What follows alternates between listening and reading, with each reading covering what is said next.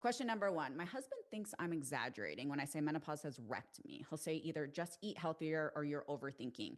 How do I actually explain what's really happening? Oh. So, okay. So this is from the Dismissive Husband Chronicles.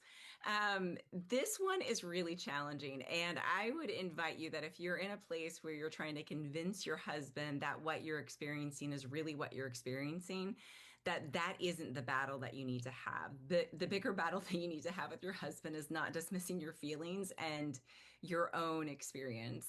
And a lot of times when I do couples work, even when I'm in session with couples and I hear a man or a woman saying that can't possibly be, a lot of times I will point blank ask them as a therapist, how do you know? How do you know that this isn't my experience? How do you know that this isn't what menopause is like?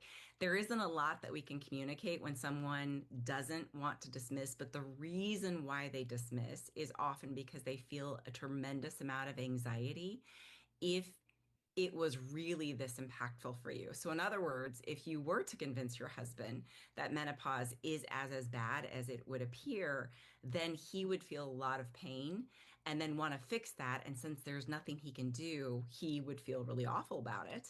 And so, really, dismissiveness is just trying to avoid his own emotional setbacks and his own challenges that he might face and feeling helpless in being able to support you.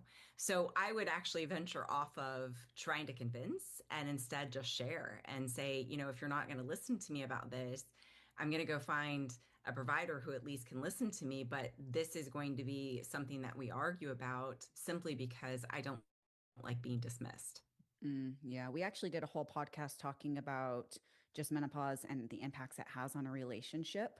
So I'd highly encourage you to go back and listen to that podcast. It was a few months back, but it was a really impactful podcast.